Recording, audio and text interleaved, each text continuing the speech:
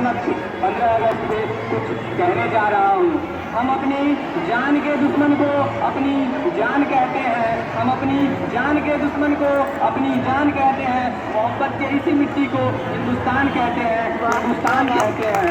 जो दुनिया को दिखाई दे उसे कहते हैं खामोशी, जो दुनिया को दिखाई दे उसे कहते हैं खामोशी, जो आंखों में दिखाई दे उसे तूफान कहते हैं, तूफान कहते हैं।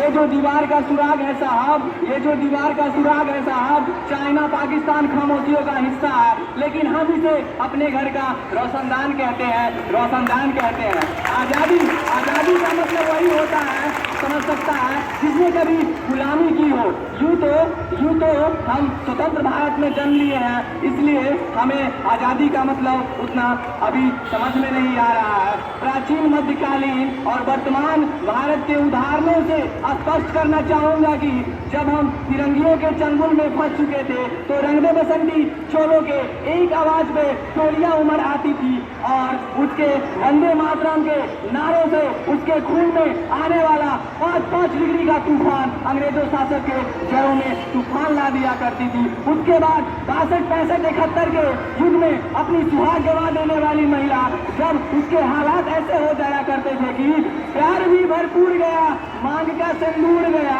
प्यार भी भरपूर गया, मांग का सिंदूर गया, नन्हे ननिहालों की लंगोटियां चली गई, छोटी छोटी बेटियों की छोटियां चली गई, बाप की कमाई गई, भाई की पढ़ाई गई, बाप की कमाई गई, भाई की पढ़ाई गई। एक ऐसा विस्फोट हुआ कि पता ही न चला, हमारे जिस्म की तो बोटियां चली गई। आपके लिए तो एक आदमी मरा है साहब, मेरे घर की तो रोटियां चली गई, रोटियां चली गई।